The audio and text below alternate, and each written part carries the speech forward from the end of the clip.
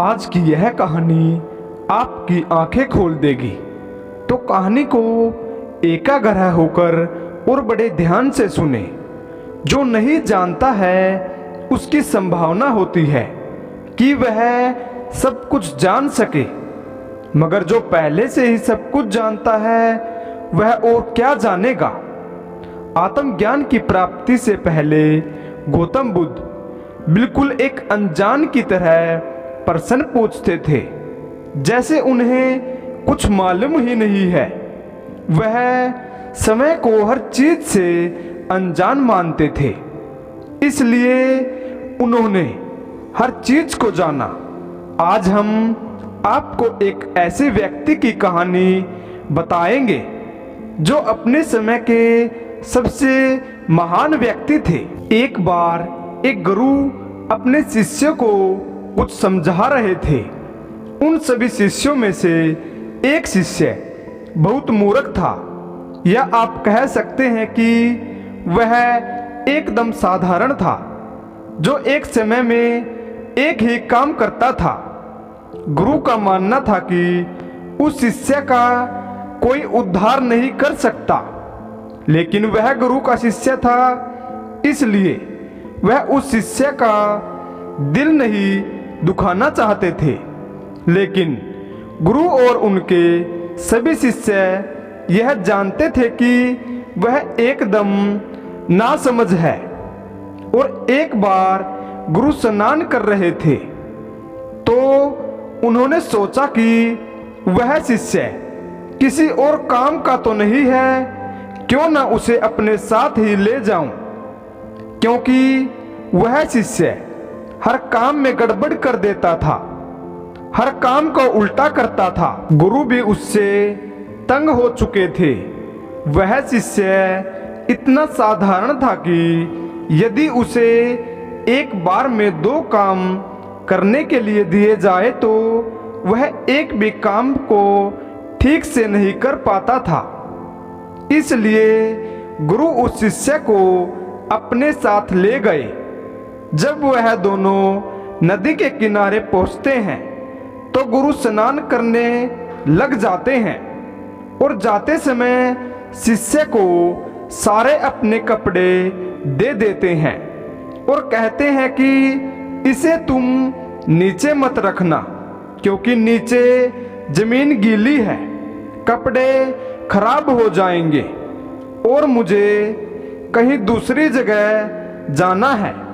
ध्यान रहे, कपड़े नीचे मत रखना, वरना उन पर मिट्टी लग जाएगी। शिष्य गुरु से कहता है कि ठीक है, मैं इसे हाथ में ही पकड़ कर रखूंगा। एक ही बात गुरु बार बार उससे कहते हैं, क्योंकि वह जानते हैं कि यह हर काम उल्टा करता है। यह कहकर वह नदी में स्नान करने चले जाते हैं। स्नान करके गुरु बाहर आ रहे होते हैं। शिष्य गुरु की तरफ देखता है। उसे लगता है कि गुरु ने उसे बुलाया है। वह उनके कपड़े नीचे जमीन पर रखकर उनके पास जाता है और कहता है कि आपने मुझे बुलाया गुरुदेव। गुरु क्रोधित होकर कहते हैं कि मूर्ख, मैंने तुम्हें नहीं बुलाया, और मैंने तुमसे कहा था कि उन कपड़ों को नीचे मत रखना, लेकिन फिर भी तुम उसे रख कर आए। देखो, अब उसमें मिट्टी लग गई होगी। गुरु जाते हैं और देखते हैं कि कपड़े गंदे हो गए थे। वह क्रोधित हो जाते हैं और शिष्य से कहते हैं कि देखो, तुमने सारे कपड़े गंदे कर दिए, और क्रोध में वही कपड़े पहन लेते हैं और शिष्य से कहते हैं कि तुम्हारे बस का कुछ नहीं है, तुम कुछ नहीं कर सकते हो। यह बात तो मैं पहले से ही जानता था, लेकिन तुमने आज यह बात साबित भी कर दी। तुम मूर्ख हो। तुम सिर्फ एक काम कर सकते हो कि अपनी मूर्खता हर जगह दिखाओ, गुरु बहुत क्रोधित होते हैं। वह शिष्य वहीं खड़ा होकर चुपचाप उनकी बातें सुनता है और अगली आज्ञा का इंतजार करता है और कहता है कि गुरु मुझे अगला काम दीजिए, मैं उसे पूरा करूंगा। यह सुनकर गुरु को और भी अधिक क्रोध आ जाता है। पास में ही एक और बड़ी चट्टान होती है। वहां कुछ छोटे छोटे पत्थर गिरे होते हैं जो चौक की तरह होते हैं। वह उसे उठाकर लाते हैं और कहते हैं कि तुम कुछ नहीं करना, बस इसे उस चट्टान पर बार बार राम लिखना। लिखे हुए पर भी बार बार राम लिखना है और उस पत्थर को चलाकर लिखना है। यह कहकर गुरु वहां से चले जाते हैं। वह शिष्य उस पत्थर से अपना काम शुरू कर देता है।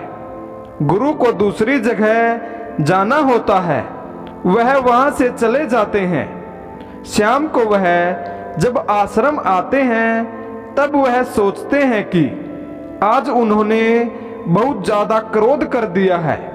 वह अपने सभी शिष्यों को बुलाते हैं और उनसे पूछते हैं कि वेमन्ना कहाँ है।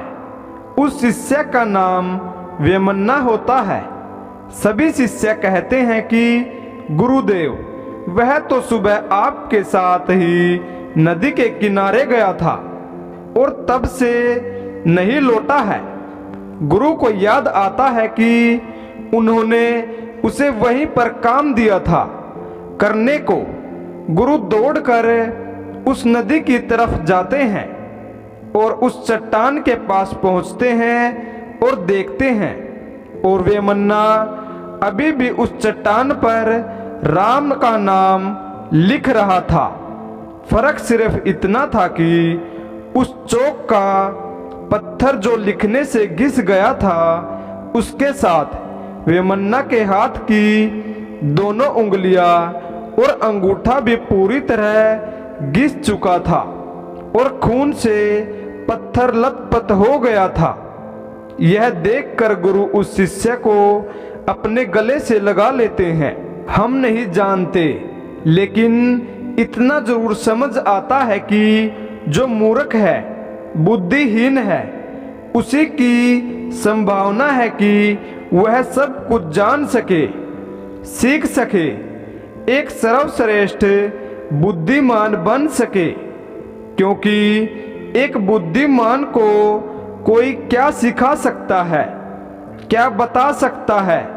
वेमन्ना जो हर किसी के नजर में कुछ नहीं था सिवाय मूर्ख के, यहाँ तक कि उसके गुरु भी उसे ना समझते थे। उस जैसा दृढ़ संकल्पी आज्ञाकारी शिष्य और कोई नहीं हो सकता। वही वेमन्ना आगे जाकर आत्मज्ञान को प्राप्त करता है और आप में चाहे कितनी भी कमजोरियां क्यों न हो, लेकिन आपके भीतर एक ऐसी काबिलियत जरूर है जो सब पर भारी पड़ती है। इसलिए बिना खुद को कम आके निराश हुए बिना आगे बढ़े।